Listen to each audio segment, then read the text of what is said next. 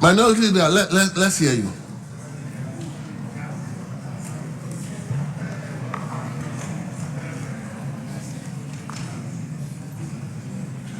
Mr. Speaker,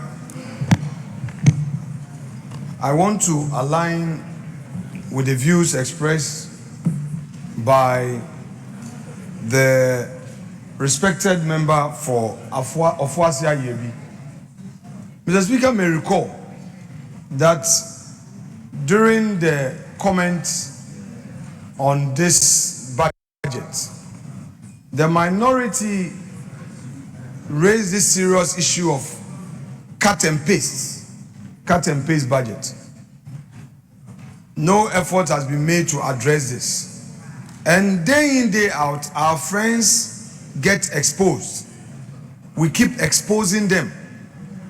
The figures that the respected member for Ofuasia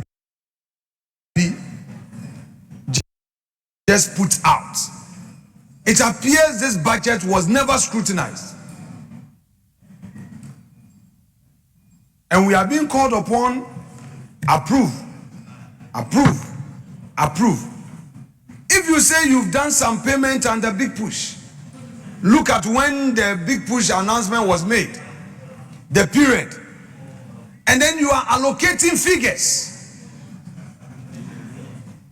in excess of 7 billion, claiming that you have made some payments.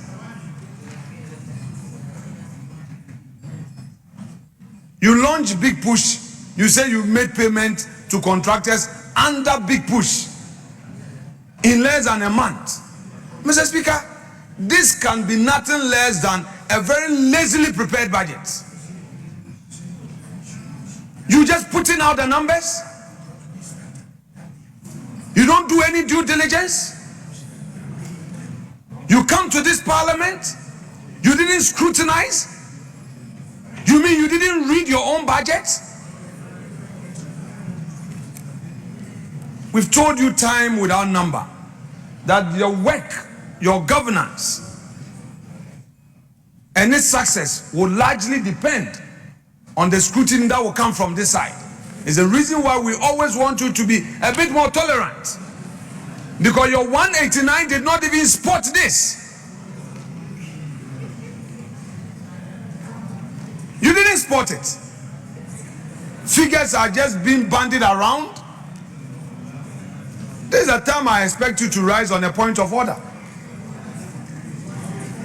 Rise on a point of order, because these figures have become part of the records of this house. Mr. Speaker, that said, I'll move to the second leg of my observations. Mr. Speaker, 2025, I want the minister to seize this opportunity to tell us how much was released to him.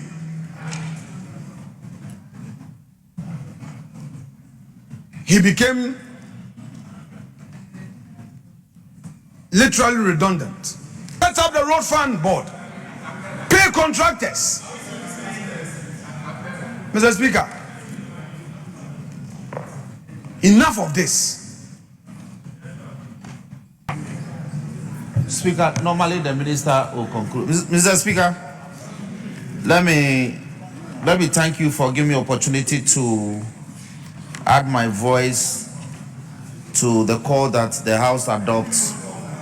The House adopts the report of the Committee on Rules and Transportation for the approval of the sum of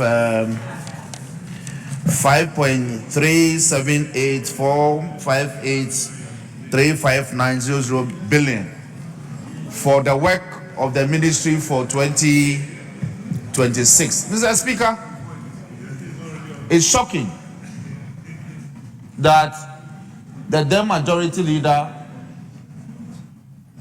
12 months ago here, Mr. Speaker, he was here. He launched programs that he had long started and expended public money on them before he launched them. Planting for food and jobs, one village, one dam, one district, one factory. They were begun and public expenditures were spent on them before they were launched. Today they tell us that they are surprised that Big Push has suspended money on projects that had been begun earlier this year. They haven't heard them before.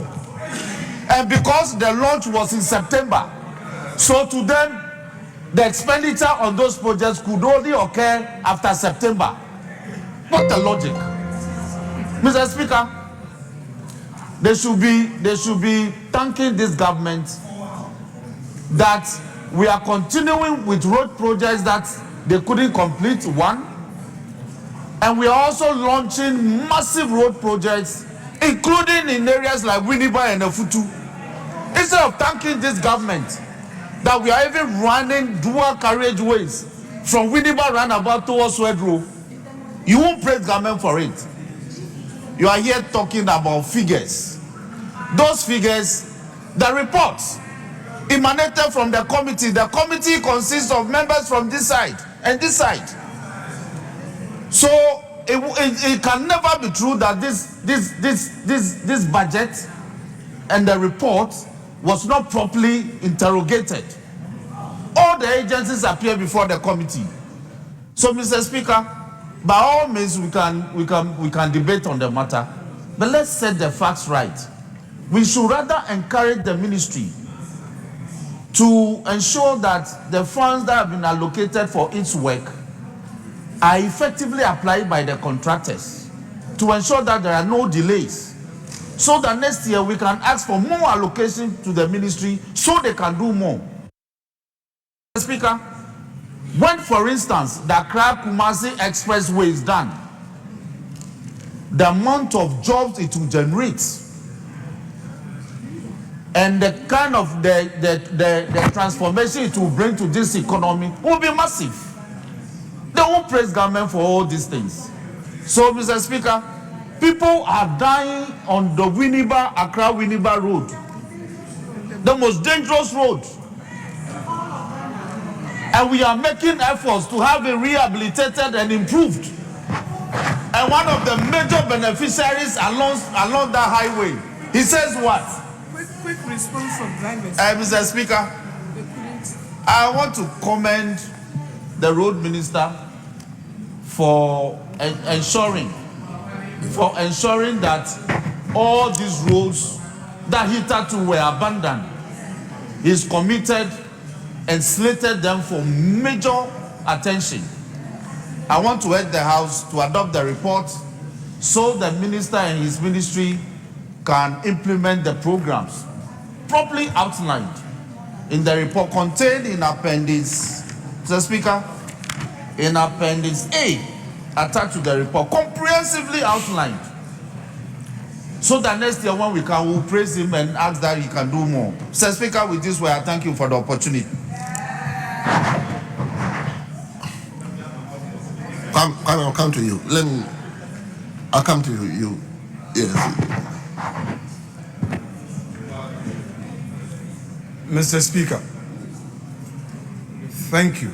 Mr. Speaker, this is a House of Records. The unnumbered page, Appendix A, which contains Big Push Program Project, Winneba Takrade. Mr. Speaker, these are projects that feasibility studies had long been done. Mr. Speaker, the NDC came to meet the Winneba project ongoing. Mr. Speaker, in my early days in practice, one thing I learned, which he also learned same, was to deal with issues. Mr. Speaker, the issues that we raised from this side of the House, Mr. Speaker, were very clear. You have provided for Big Push. At the time you launched the Big Push, to the time that these monies you said you had disbursed was just 1 month plus. Mr. Speaker, Our friend must address it. This issue of one district, one dam, one this, one. Mr. Speaker, he should deal with the relevant issues.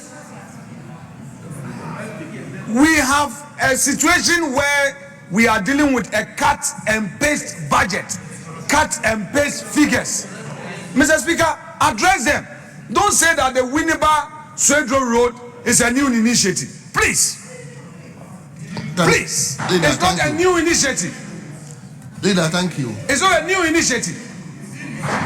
Your constituency received a lot of Agbo motors during Akufo-Addo's. Are you not addressing it? Please stop this thing about we didn't do it and all that. I'm drawing your attention that your constituency benefited from a lot of projects even under Akufo-Addo. Your constituency was not abandoned. Honorable Defiameko.